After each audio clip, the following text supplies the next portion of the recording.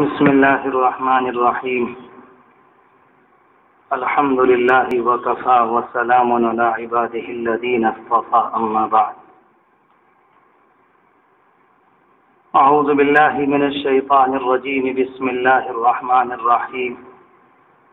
يا أيها الذين آمنوا إن تتقوا الله يجعل لكم فرقانا ويكفر عنكم سيئاتكم ويغفر لكم والله ذو الفضل العظيم.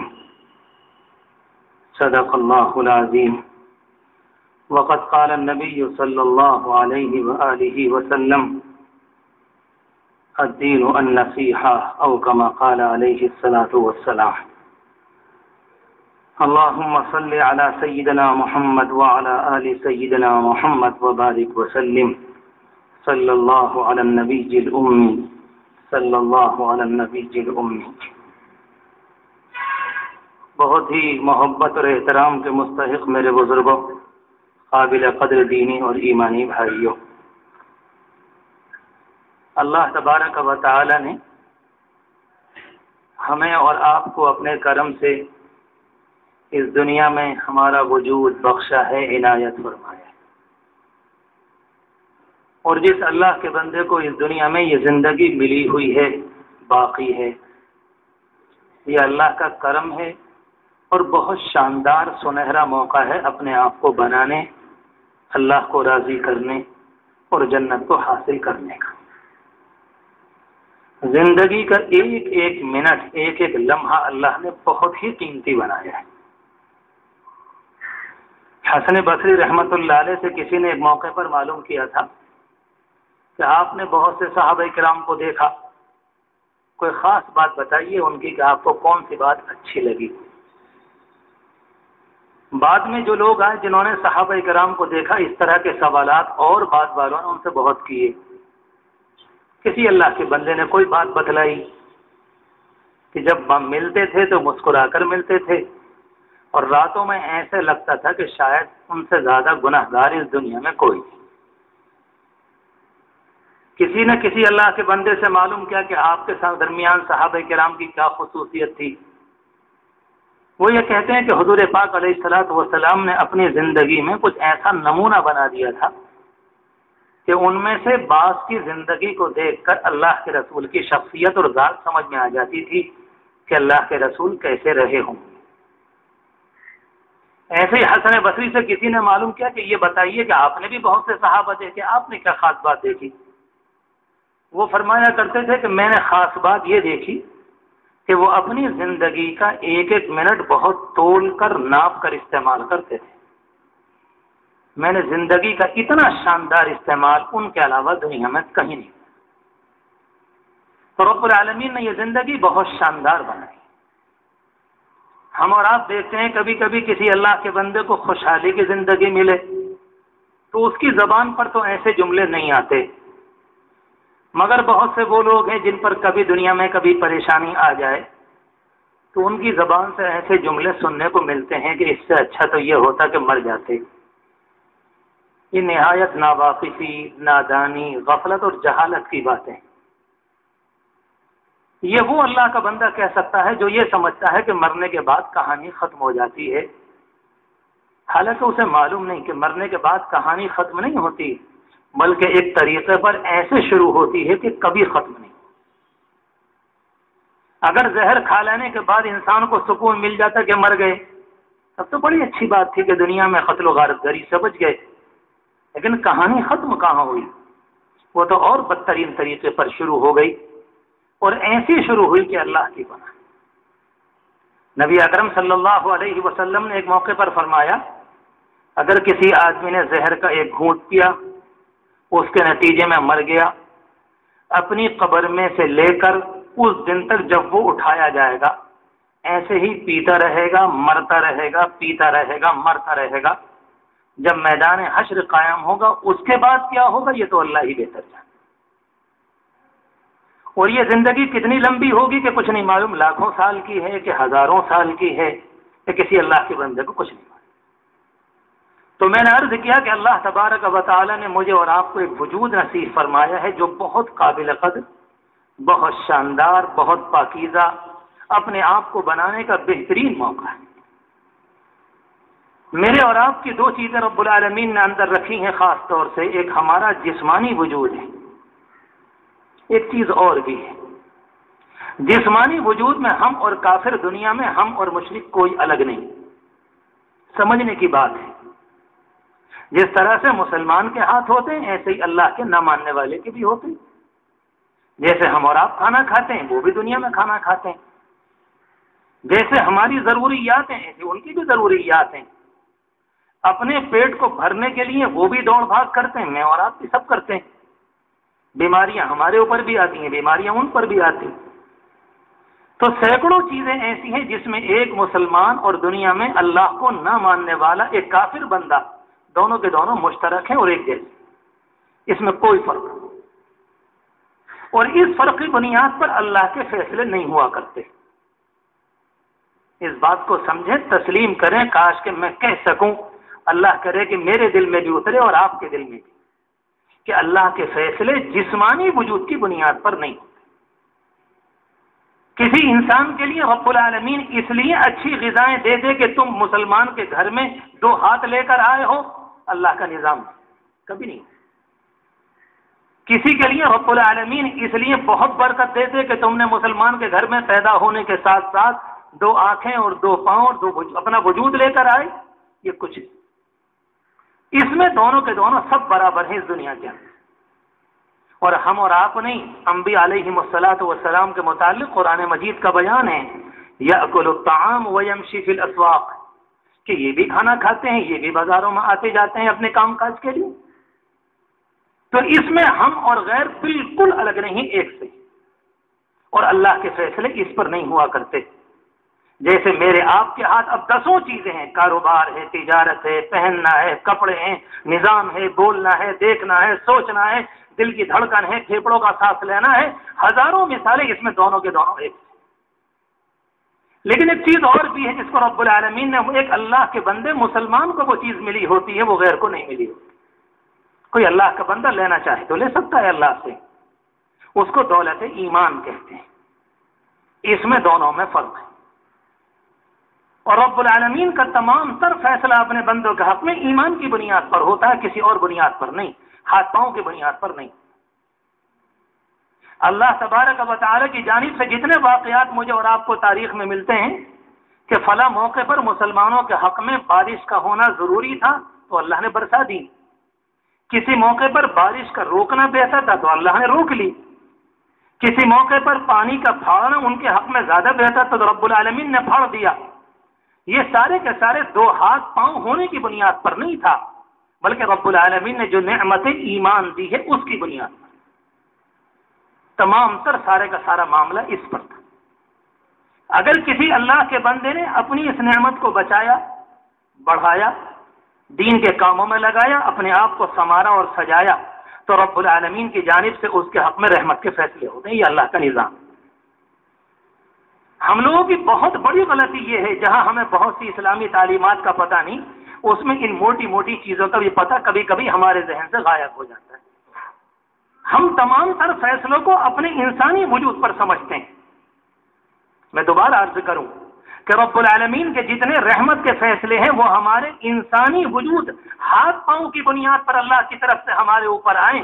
قرآن کہتا ہاتھ پاؤں کی بنیاد پر نہیں، اگر تمہارے اندر نعمت ایمان اور دین ہے تب اللہ کے فیصلے آتے ہیں، ورنہ دنیا میں لاکھوں کافر ہیں کہ مسلمان سے کبھی کبھی خوبصورت ہوتے، ان کے کام کاج اچھے ہوتے، ان کی تجارت اچھی ہوتی۔ اب تو اس زمانے کے اندر ان کی حکومتیں اور ان کا نظام زندگی اور ان کی ترقیات ایسی ہیں کہ کوئی انسان انکار بھی نہیں کر سکتا، مگر اللہ کے فیصلے اس پر نہیں ہوا کرتے۔ اللہ تبارک و تعالیٰ کلام پاک میں ایک موقع پر فرماتا اومن کان میتن، ایسا لگتا ہے جیسے اللہ نے ہجے کر کے بیان کیا ہے۔ بچپن میں کبھی کبھی منشی جی پڑھاتے تھے کہ الف زبر بے اب، اللہ تعالیٰ بھی کبھی کبھی اپنی شان نزولی کے ساتھ قرآن مجید میں، شان نزولی کا مطلب ہوتا ہے کہ انسانوں کے دماغ کے مطابق رب العالمین بات کرتا ہے کہ نہیں تم اب بھی نہیں سمجھو کہ ہم اور نیچے اتر کے بات کرتے ہیں۔ رب العالمین فرماتا اب من کان میتن، جو انسان مردہ تھا، فاحییناہ، ہم نے اس کو زندہ کیا۔ اس جگہ مردے کا مطلب مردہ انسان نہیں ہے، اس جگہ مردے کا مطلب یہ ہے کہ وہ انسان جس کے پاس نعمت ایمان نہیں تھی، جس پر دین نہیں تھا، وہ مردہ ہے۔ قرآن مجید اسے انسان ٹھیک سے زندہ ماننے کو تیار نہیں ہے، ٹھیک ہے وجود ہے، چل رہا ہے دنیا کے اندر، کھا پی رہا ہے، مگر اس کا اپنا کوئی وجود نہیں ہے کسی کام کا۔ لیکن جب کسی اللہ کے بندے کو نعمت ایمان مل جائے تو فرمایا فَأَحْيَيْنَاهُ، ہم نے اس کو زندہ کر دیا، اور اس کے نتیجے میں وَجَعَلْنَا لَهُ نُورًا يَمْشِي بِهِ فِي النَّاسِ، رب العالمین ایک نور عطا فرماتا ہے۔ اس کی آنکھوں کا دیکھنا الگ ہوگا، اس کی زبان کا بولنا الگ ہوگا، اس کے دل کے خیالات الگ ہوں گے، اس کے ہاتھوں کا عمل الگ ہوگا، اس کا کردار الگ ہوگا۔ جب وہ انسانوں کے بیچ میں چلے گا تو اللہ کے بندے یہ کہیں گے یہ چال تو کوئی اور چال معلوم ہوتی ہے، یہ دنیا کے عام انسانوں کی چال معلوم نہیں ہوتی۔ دنیا میں سارے انسان چلتے ہیں، مگر رب العالمین ایک ایمان والے کے متعلق فرماتے ہیں نہیں، اس کا چلنا الگ، کیونکہ اس کے اندر تکبرانہ چال نہیں ہوتی، اس میں پاؤں کے ذریعے کسی کو مسلنا نہیں ہوتا، اس میں کردار کی بلندی نہیں ہوتی، اس میں زبان کی بدتمیزی بدتہذیبی نہیں ہوتی، اس میں گندے خیالات نہیں ہوتے، آنکھوں کا غلط استعمال نہیں ہوتا۔ رب العالمین فرماتا ہے اس ایمان کی وجہ سے وَجَعَلْنَا لَهُ نُورًا، ہم نے ایک نور دے دیا، یمشی بِهِ فِی النَّاسِ، وہ اس کے ذریعے انسانوں کے درمیان چلتا ہے۔ جس طرح سے ٹارچ کی روشنی میں تنہا ایک نہیں 50 آدمی ایک ٹارچ میں روشنی کے آگے چلتے رہتے ہیں، رب العالمین فرماتا ہے کہ نور ایمان کی بدولت کبھی کبھی ایک اللہ کا بندہ اور کبھی کبھی اس کا خاندان اور کبھی کبھی اس کا محلہ اور اس کا شہر اس نور ایمان میں زندگی بسر کرتے ہیں۔ معلوم ہو جاتا ہے کہ کیا اچھا ہے اور کیا برا ہے، معلوم ہو جاتا ہے کیسے چلنا ہے اور کیسے نہیں چلنا ہے، کیسے زندگی گزارنی ہے اور کیسے زندگی نہیں گزارنی۔ ایک عظیم الشان نعمت ہے رب العالمین کی جانب سے جو صاحب ایمان بندے کو عقیدہ توحید یا اسلام یا ایمان یا کلمہ توحید جو چاہیں آپ کہہ لیں، یہ رب العالمین کی وہ نعمت ہے جو اپنی جانب سے نہیں بلکہ رب العالمین کی عطا، اس کی عنایت، اس کے کرم کا نتیجہ ہے، انسان کے اپنے بس کا بات نہیں۔ یہ تو ہم اللہ کا کیسے شکر ادا کریں کہ مالک نے ہمیں اور آپ کو بغیر مانگے نصیب فرما دی۔ ہم نے کون سے سرخاب کے پڑھتے دنیا کے اندر کہ ہمیں مل گئی اور غیروں کو نہیں ملی۔ ہمارے شہر میں کتنے لاکھوں لوگ ہیں وہ اس نعمت سے محروم ہیں، اور اللہ کا شکر یہ نعمت ہمیں اور آپ کو نصیب، اللہ کا کرم اور عنایت۔ ایک ایک چیز پر اللہ کا شکر کرنا چاہیے کہ رب العالمین آپ کا کرم اور احسان، آپ نے کھانے کی نعمتیں دی، آپ نے جسم دیا، پہننے کی چیزیں دی، اور اسی کے ساتھ سب سے بڑی نعمت یہ کہ مالک آپ نے مسلمان بنایا، اللہ کا شکر ہے۔ اگر آپ نے نعمت ایمان نہ دی ہوتی تو ہمارا حال کیا ہوتا؟ تو میں نے عرض کیا کہ اللہ تبارک و تعالیٰ کے فیصلے اس کی بنیاد پر ہو۔ اس دنیا کے اندر بہت سے لوگوں نے، بالخصوص ہمارے ملک میں، اس دنیا میں بہت سے لوگوں نے اور بالخصوص ہمارے ملک میں یہ کوشش کی شروع دور سے لے کر آج تک کسی طرح سے مسلمان کو نعمت ایمان سے محروم کر دیا جائے۔ اس کے لیے ہزاروں کوششیں دنیا میں پہلے بھی ہوئیں، اب بھی ہوئیں، ہوتی رہی ہیں، ہوتی رہیں گی، اور قیامت کی صبح تک دجال کے آنے تک ہوں۔ دنیا کو ہمارے کپڑوں سے کوئی جھگڑا نہیں ہے، دنیا کو مال دولت سے کوئی جھگڑا نہیں، دنیا کو کسی طرح سے کوئی اختلاف نہیں۔ مسئلہ بنیادی طور پر یہ ہے کہ تم جو اللہ کا ایک عقیدہ مانتے ہو اور اس کے علاوہ کسی اور کے آگے پیشانی جھکانے کو تیار نہیں، ساری دنیا کی پریشانی اور ساری دنیا کی ضد اور ساری دنیا کا مقابلہ اس نعمت ایمان سے۔ ہندوستان کے اندر جب پہلے اسلام آیا کسی دور میں، تو اسلام کے یہاں آنے سے پہلے تاریخ بتاتی ہے کہ یہاں گوتم بدھ کا مذہب آ چکا تھا بہت زمانے، مگر یہاں کے لوگوں نے اس پر اتنا ظلم کیا، اتنا ظلم کیا کہ خدا کی پناہ کہ انہوں نے اپنے آپ کو اسی دھارے میں ڈال دیا کہ جینے کا حق دے دو، ہم ایسے ہی رہیں گے جیسے تم کہو گے۔ لمبی چوڑی تاریخ، اتنا مارا گیا کہ خدا کی ٹارچر کرنا، ظلم کرنا، مارنا، بوریوں میں بھر بھر کر پانی کے اندر ڈالنا، کہ قوم مجبور ہو گئی اس دین میں۔ پرانی کتابیں بتلاتی ہیں کسی نہ کسی درجے میں توحید کی تعلیم موجود تھی، مگر دنیا کے مشرکوں نے اتنا پریشان کیا کہ توحید کے علاوہ انہوں نے بالکل شرک کے ساتھ ایک ملغوبہ تیار کر لیا کہ ٹھیک ہے ہم تمہارے راستے پر چلنے کو تیار۔ ان کا دور گیا تو اس کے بعد جینیوں کا دور آیا، ان کے ساتھ بھی یہی ہوا، اور ایک وقت آیا کہ امت مسلمہ کے ساتھ بھی یہی ہوا، مگر اللہ کا شکر ہے کہ امت مسلمہ میدان بدر اور وہاں سے نکل کر آئی تھی۔ اس نے صحابہ کرام کی گود کو دیکھا تھا، اس نے اپنی کتاب کو کھویا نہیں ہے، اس کی کتاب موجود ہے۔ حضور پاک علیہ السلام کے وہ اقوال جو آپ کی زبان سے نکلے وہ اس کے پاس آج بھی اس کے دل میں نقش ہیں، اور دنیا میں ایسے ہزاروں انسان پائے جاتے ہیں جو قرآن مجید کی طرح حضور پاک علیہ السلام کی ایک ایک چیز کو یاد رکھتے ہیں کہ نبی چلتے کیسے تھے اور کھاتے کیسے تھے اور پیتے کیسے تھے، اور آپ نے کس موقع پر کیا فرمایا۔ گویا کہ امت کا رشتہ اپنے نبی کے ساتھ پورا جڑا ہوا ہے، کسی موقع پر تاریخ کے کسی دھارے میں اور کسی لمحے میں کبھی بھی امت کا یہ رشتہ اپنے نبی سے نہیں کٹا۔ اس پر بھی وہی محنت کی گئی، اور نتیجہ یہ نکلا کہ سارے کے سارے لوگوں نے یہ بات سمجھ لی، اس لوہے کے چنے کا چبانا آسان نہیں، یہ اپنے دین کو چھوڑنے کو تیار۔ وقتی طور پر کبھی فسق و فجور آ گیا تو وہ الگ بات، کسی موقع پر گناہ زیادہ ہو گئے تو وہ الگ بات ہے، لیکن اللہ کا شکر ہے کہ اجتماعی طور پر امت نے کبھی بھی اسلامی عقیدے سے دستبرداری یا اپنے آپ برات اور اپنے آپ کو پیچھا کر لیا ہو، پوری تاریخ اسلام میں، امت کی تاریخ میں ایسا کبھی نہیں ملتا۔ وقتی طور پر غلطیاں ہوئی تو اللہ نے سزا بھی اس کی دی۔ میں نے یہ بات جان بوجھ کر اس موقع پر آپ سے عرض کی، ہم اسلامی عقیدے کو سمجھیں کہ اسلامی عقیدہ کیا ہے۔ حضور پاک علیہ السلام سے بڑھ کر دنیا میں کوئی رحمت للعالمین نہیں آیا، جتنی شفقت امت کے ساتھ آپ کو تھی اتنی شفقت کسی کو نہیں، اور آپ کے چچا نے آپ کے ساتھ جو معاملہ کیا آپ مستقل اس کو تسلیم کرتے، اس کو مانتے، اور آپ چچا کا احترام کیا کرتے، مگر جب ان کا انتقال ہوا اور حضور پاک علیہ السلام نے یہ چاہا کہ میں چچا کے لیے دعائے مغفرت کروں، رب العالمین نے فرمایا کہ ہرگز نہیں، آپ دعائے مغفرت نہیں کر سکتے، وہ اسلام پر نہیں ہے۔ اور جس موقع پر حضرت علی جو ان کے بیٹے ہیں انہوں نے آ کر حضور پاک علیہ السلام سے عرض کیا، کہنے کے لیے یہ خبر لے کر آئے تھے کہ میرے باپ یعنی ابو طالب کا انتقال ہو گیا، بتانا بھی ہے، خبر بھی دینی ہے، آپ کے چچا بھی ہیں، حضرت علی کے والد بھی ہوتے ہیں، کیا عربی زبان کا طریقہ ہے، آ کر کہتے ہیں اللہ کے رسول آپ کا گمراہ چچا مر گیا۔ اللہ کی پناہ، اس کو اسلامی عقیدہ کہتے ہیں۔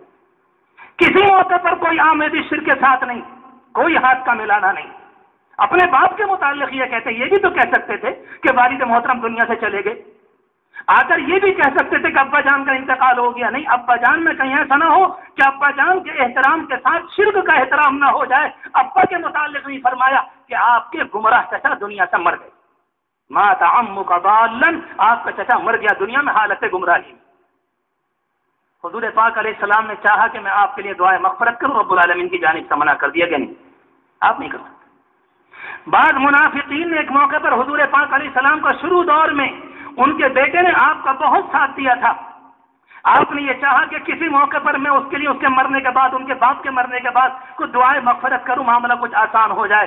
قرآن مجید کا بیان ہے وَلَا تُصَلِّ عَلَىٰ أَحَدٍ مِّنْهُمْ مَاتَ، اے پیغمبر اگر کوئی منافق آپ سے آ کر یہ کہے کہ آپ آ کر نماز پڑھا دیں، خبردار ان کی نماز نہ پڑھائیے گا، یہ اس لائق نہیں۔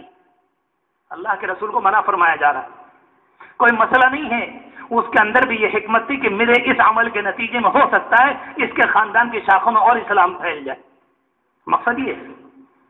جب اس سے منع فرمایا تو آپ نے چاہا کہ میں ان کی قبر پر جاؤں، تو رب العالمین کی جانب سے اطلاع آئی کہ وَلَا تَقُمْ عَلَىٰ قَبْرِهِ، آپ ان کی قبر پر بھی نہیں جائیں۔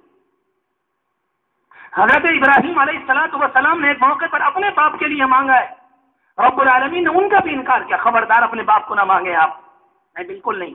کوئی ایمان والا کسی مشرک کے لیے، کسی کافر کے لیے جو حالت کفر میں مرا، اس کے لیے دعائے مغفرت نہیں کر سکتا۔ یہ اسلامی تعلیمات ہیں۔ اسلام یہ کہتا ہے کہ توحید کے ساتھ شرک کی کوئی آمیزش نہیں، ایک لمحے کے لیے بھی نہیں۔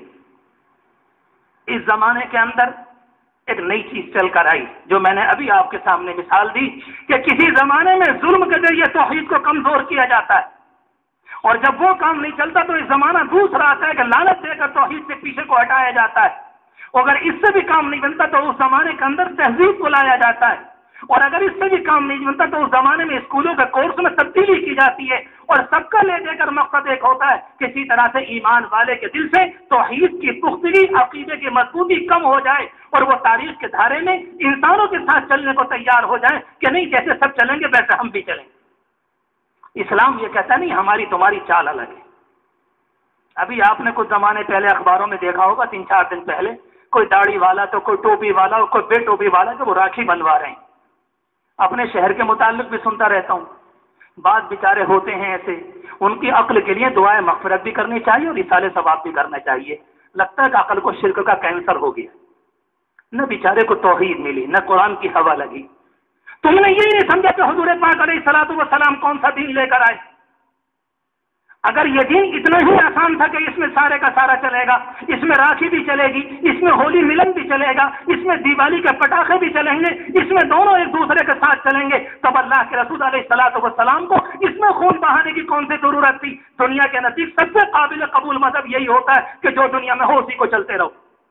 یہ دین نہیں کہلاتا، وقتی طور پر منافقت کہلاتی ہے، یہ دھوکہ اور فریب کہلاتا ہے، یہ اپنے آپ کو گمراہی میں جھونکنا کہلاتا ہے، یہ اپنے آپ کو خودکشی کے متعارف کہلاتا ہے، یہ انسانوں کو اسلام سے ہٹانا اور کفر کی گود میں لے جانا کہلاتا ہے. ایک لمحے کو بھی اسلام اس کو ماننے کو تیار نہیں. اور ایک بات کھل کر کہوں، اگر کسی آدمی نے، اللہ نہ کرے کہ اس مجمع میں کوئی ہو، اگر کسی آدمی نے عقیدے کے اعتبار سے یہ سوچ کر یہ بھی ایک محبت کی چیز ہے، اس سے دل قریب ہوتے ہیں، اللہ کے گھر میں کہہ رہا ہوں، اگر کسی نے اس ملک کے اندر کسی مسلمان نوجوان نے اس لیے باندھا ہے تو یاد رکھے وہ کافر ہے، اسے کلمہ پڑھنا پڑے گا. کافر کلمہ پڑھنا پڑے گا. اس کی بیوی کو طلاق ہو گئی، وہ اس کے نکاح میں نہیں رہی، اسے الگ کرنا ہوگا، تجھے نکاح کی تجدید کرانی ہوگی. تم نے اتنا سمجھا اسلام کو کوئی مسئلہ ہی نہیں، جب چاہے وہ کھا کر جہاں چلے گئے. یہ امت مسلمہ ہے، کوئی جانوروں کی بھیڑ نہیں کہ ایک بھیڑ میں ادھر کو منہ کیا سارے کے سارے ادھر ہی کو چل دیے. امت مسلمہ کا چلن الگ، ایک کردار الگ، اس کی زبان الگ، اس کی تہذیب الگ، اس کی باتیں الگ، اس کی سوچ الگ، اس کا رہنا الگ، اس کا رہن سہن الگ. وہ دنیا سے بالکل امتیاز کے ساتھ رہتے ہیں. حضور پاک علیہ الصلوۃ والسلام مدینہ منورہ میں پہنچے، آپ نے دیکھا کہ وہاں کے یہودی روزہ رکھتے تھے. کہا کہ کیوں رکھتے ہو روزہ؟ کہ آج کے دن موسیٰ علیہ الصلوۃ والسلام کو نجات ملی تھی فرعون کے لشکر سے. کہا کہ موسیٰ تو میرے بھائی تھے، وہ بھی نبی اور میں بھی نبی، تمہارے مقابلے میں روزہ رکھنے کے حقدار زیادہ ہم. آپ نے روزہ رکھا اور پھر کیا فرمایا؟ مسلم شریف کی روایت ہے کہ اگر اگلے سال زندہ رہا تو ایک نہیں، ان یہودیوں سے مشابہت نہ ہو، اس بنیاد پر اپنے آپ کو بچاؤں گا اور اگلے سال بجائے ایک کے 2 روزے رکھوں گا تاکہ کسی طرح سے ہمارے اور یہودی کے درمیان کسی طرح کی مطابقت نہ ہو. اللہ کے بندو، اسلام کو سمجھو، اسلام کیا ہے.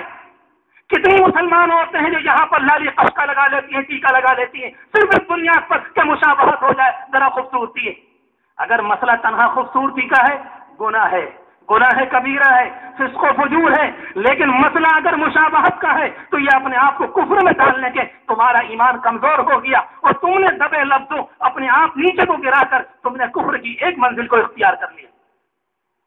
اس لیے تو کہا جاتا ہے کہ مسلمان اپنی تہذیب میں، اپنے کلچر میں، اپنے لباس میں، اپنے کھان پین میں اس سے بالکل الگ ہے. نبی اکرم صلی اللہ علیہ وسلم نے ایک موقع پر دیکھا یہودیوں کو، وہ پگڑی باندھا کرتے تھے. آپ نے صحابہ کرام سے فرمایا کہ تمہاری پگڑی کے نیچے ٹوپی ہو تاکہ تمہاری پگڑی میں اور ان لوگوں کی پگڑی کے اندر مخالفت ہو جائے، دونوں میں ایک سی بات نہ معلوم ہو. ایک اللہ کا بندہ کہہ سکتا ہے اس میں کون سی بات ہو گئی کہ مسئلہ پگڑی کا ہے، میں اور آپ کھوڑ دلے بزدل ہم یہی کہیں گے.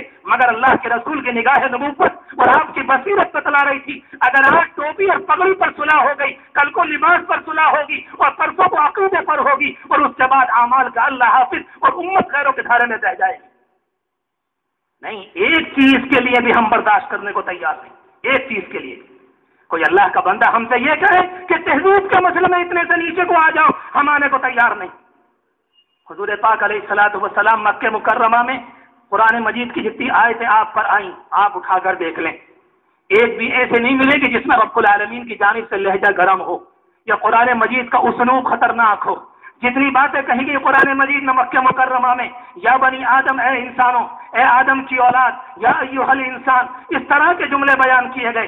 ایک موقع پر حضور پاک علیہ الصلوۃ والسلام کے پاس مشرکین مکہ آئے اور آ کر قوم کے بڑے بڑے رؤساء نے آ کر ایک پلان آپ کے سامنے رکھا اور آ کر یہ بات کہی کہ قوم کے لوگوں نے، سمجھدار لوگوں نے اپنے زیرک ذہین لوگوں کے ایک وقت آپ کے پاس بھیجا ہے، ایک ڈیلیگیشن آیا ہوا ہے آپ کے سامنے ایک بات رکھنے کے لیے.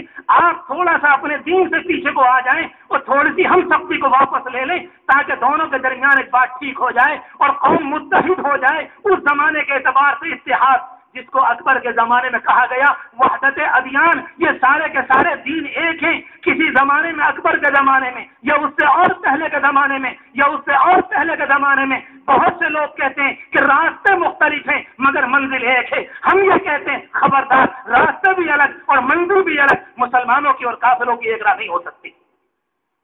اس کا مطلب یہ نہیں ہوتا کہ کسی انسان کو نیچا جانا جائے، ایسا نہیں ہے۔ ہم سے اور آپ سے کہا گیا کہ اگر کسی مشرک کا جنازہ ہو، ہم اس کی جس موقع پر آگ لگائی جاتی ہے وہاں نہیں جائیں گے، ہم اس کے جنازے میں شریک نہیں ہوں گے، ہم اس کے اعمال کی تقریب میں نہیں پہنچیں گے۔ یہ اسلام کی تعلیم ہے، اسلام نمبر 1 پر ہے، اس کے بعد دوسری چیزیں۔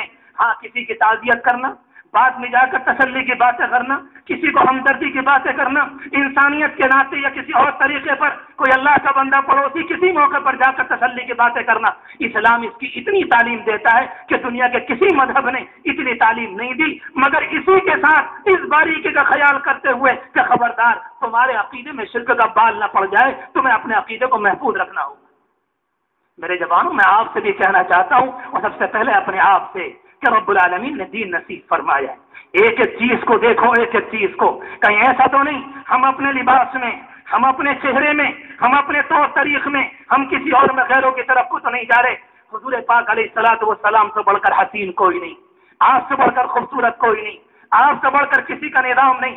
یہ کوئی زبردستی کی باتیں نہیں، ایک ایک چیز کو اگر دیکھ کر بیان کیا جائے بالکل ببانگے دوہل چیلنج کے ساتھ، دنیا کا کوئی نظام اسلام کے کسی ایک مسئلے میں کوئی ایک مقابلہ نہیں کر سکتا۔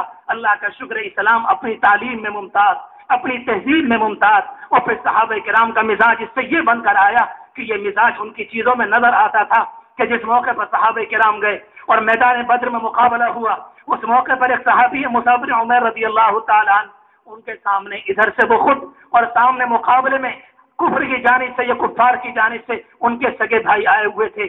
مسلمانوں نے انہیں پکڑا، ان کے ہاتھوں میں جا کر ہتھکڑیاں ڈالی اور آ کر کھڑے ہو گئے، اور اس مہاجر مسلمان سے کہتے ہیں ذرا ٹھیک سے باندھنا، اس کی ماں بہت مالدار ہے، بہت پیسے لے کر آئے گی۔ وہ کہتا ہے تم میرے سگے بھائی، تم جس ماں کے میں بھی اسی ماں کا، تم کیسی باتیں کرتے ہو؟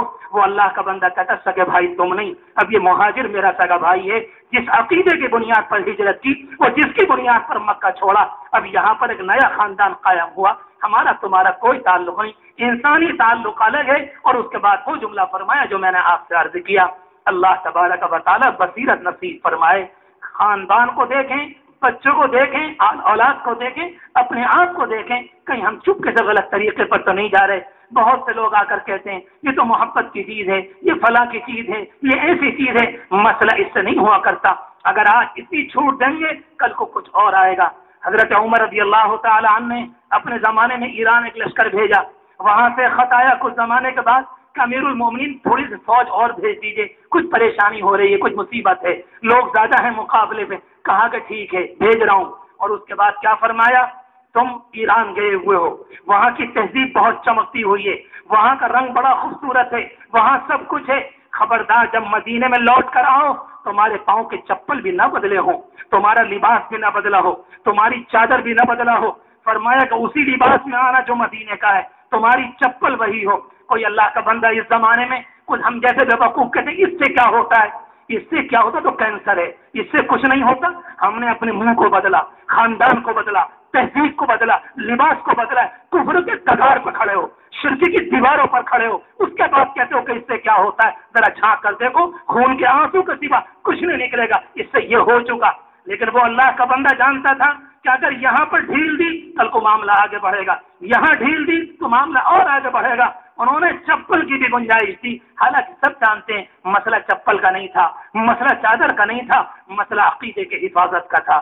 اللہ ہمیں اور آپ کو یقین نصیب فرمائے، اللہ بصیرت نصیب فرمائے، ایک ایک جوان بھائی کی، ایک ایک بہن کی، امت کی ایک ایک فرد کی حفاظت فرمائے۔ وآخر دعوانا ان الحمدللہ رب العالمین۔ ابھی ہمارے کسی بھائی نے بتلایا ان کے ایک عزیز بہت زیادہ بیمار ہیں، اور بھی کچھ لوگوں نے کہا ہے، دعا فرمائے اللہ تبارک